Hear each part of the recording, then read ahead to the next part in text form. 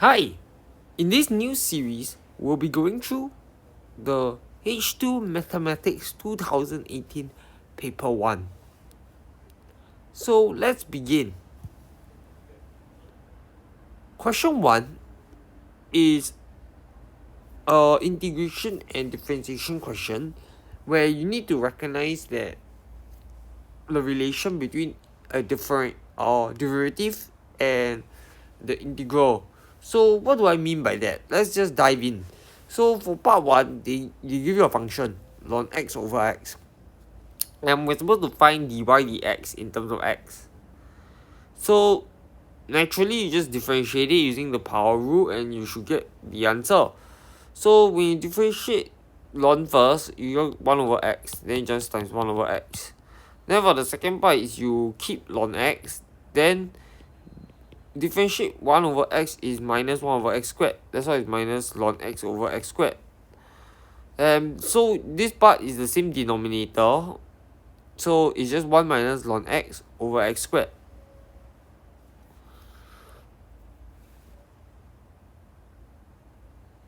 Next, we're supposed to find the exact value of integral of 1 to e of ln x over x squared dx. And because of that,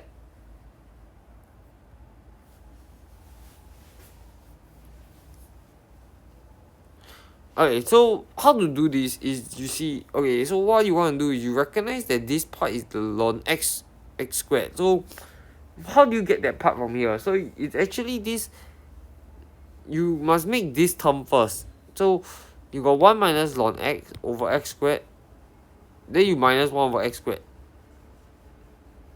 Correct? But then you must put a negative here because here is a negative. So you imagine from here, you minus 1 over e minus e ln x over x squared. Then now you take a 1, you put a 1 in front, then you must minus 1 again. Then you split into these two terms. Or you can just think of it like this portion dy dx equals to 1 minus ln x over x squared. Then you just, so you bring this over to this side, dy dx over to this side. So ln x over x squared equals to 1 over x squared minus dy dx. So this is the dy dx, then you just sub in again. So that's how it works. And because of that, now you equals to minus, then you split it into two terms. Okay, then after that, this portion you know is dy dx. So when you integrate it, it will be the y, because that is the antiderivative. So as that is ln x over x, then you from 1 to e. Then for this part, integrating 1 over x squared is easy. It will just be minus 1 over x, because when you differentiate this, it will be 1 over x squared. And so you have to also sub in from 1 to e. So when you sub in from 1 to e is minus ln e over e plus ln 1 over 1 minus 1 over e plus 1 over 1. But the thing is, ln 1 is 0, so you can cancel this out. So it will be 1 minus 2 over e. So that's it for this part, for this question. Now we'll do question 2. So for question 2, a curve has the equation 3 over x, and the line has the equation 1 plus 2x equals to 7. The curve and the line meets at the point A and B. So we're supposed to find the coordinate of A and B. So this is an easy substitution question. So you got one equation, you got the other, and you equate them.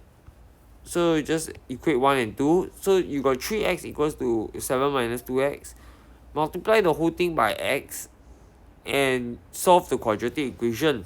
So you get that x equals to half and x equals to 3. Then for the next part, we are supposed to find the area generated, the volume generated when the area bounded by the curve and the line is rotated about the x-axis. So for this part, you just draw a simple graph and you just see. So your curve goes here and your line goes here. So your line is above your curve, and this is the area that is bounded. So we need the volume formula is pi y squared dx, because this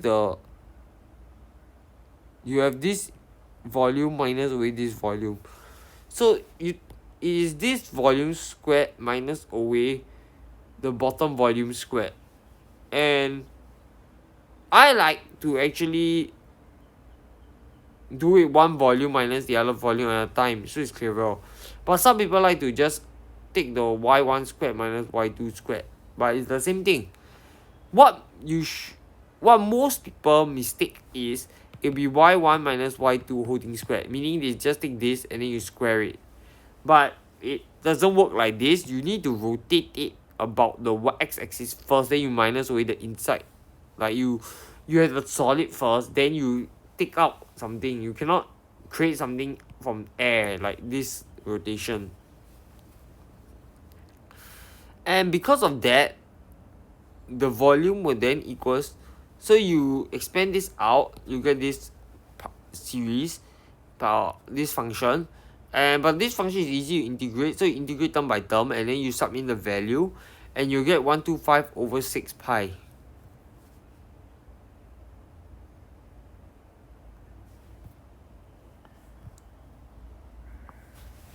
Next, for question 3, it is now given that x dy dx equals to 2y minus 6, and we're supposed to use the substitution y equals to ux squared to show that the differential equation can be transformed to du dx equals to fx, where the function fx is to be found. So we just look at this thing, and then they already say use the substitution. So what can you do with this substitution? You have a dy dx here.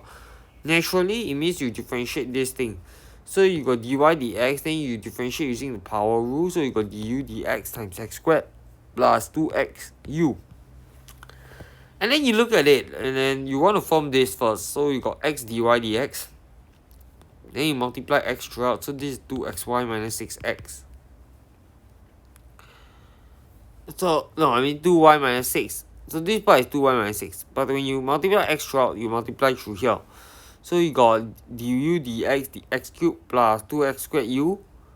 And then you see 2x squared u. Okay, so this x squared u is y. So you got du dx x cubed plus 2y. Then you bring this 2y over. Is exactly the same as bringing this 2y over. So you know that x dy dx minus 2y equals to x cubed dy. But this part is actually this bring over. So it's actually just minus 6.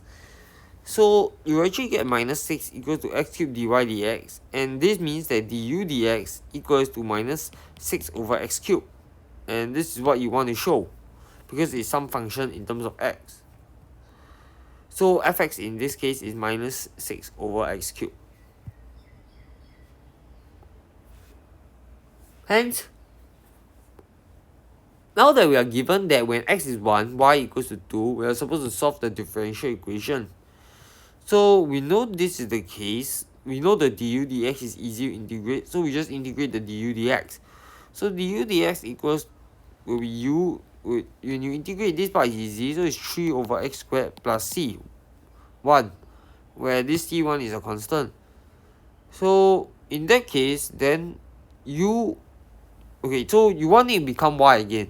And we know y is related to u by multiplying x squared. So we need to multiply x squared here. So ux squared, which is y.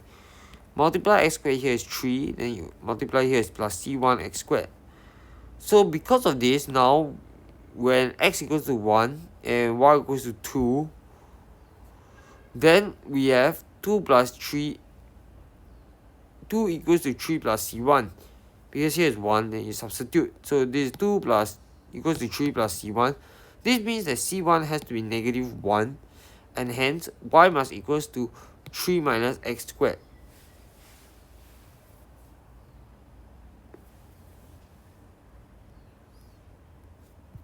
Yeah, so I hope that's clear for you.